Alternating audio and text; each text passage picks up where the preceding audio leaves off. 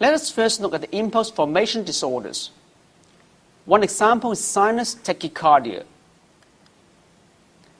So normal sinus rhythm is 60 to 100 beats per minute.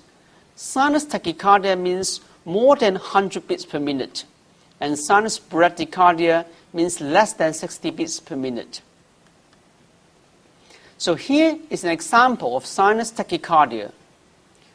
Its origin from the sinus node. The rate is usually 100 to 180 beats per minute. And the mechanism is abnormal or hyper-automaticity. Here you can see is sinus tachycardia. Sometimes it may be difficult to see the P wave because the P wave may be buried into the previous T wave.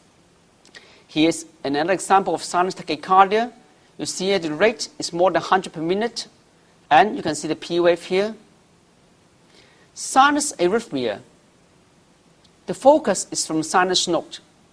What are the characteristics of sinus arrhythmia? It's usually the sinus rhythm is irregular. The P and PR intervals are normal, but the PP interval varies by more than 0.116 seconds. This is an example of sinus arrhythmia. You see here the RR interval or the PP interval actually varies quite a lot. If you see the PP interval here to here, as compared to the PP interval here to here, actually the difference is more than 0.16 seconds.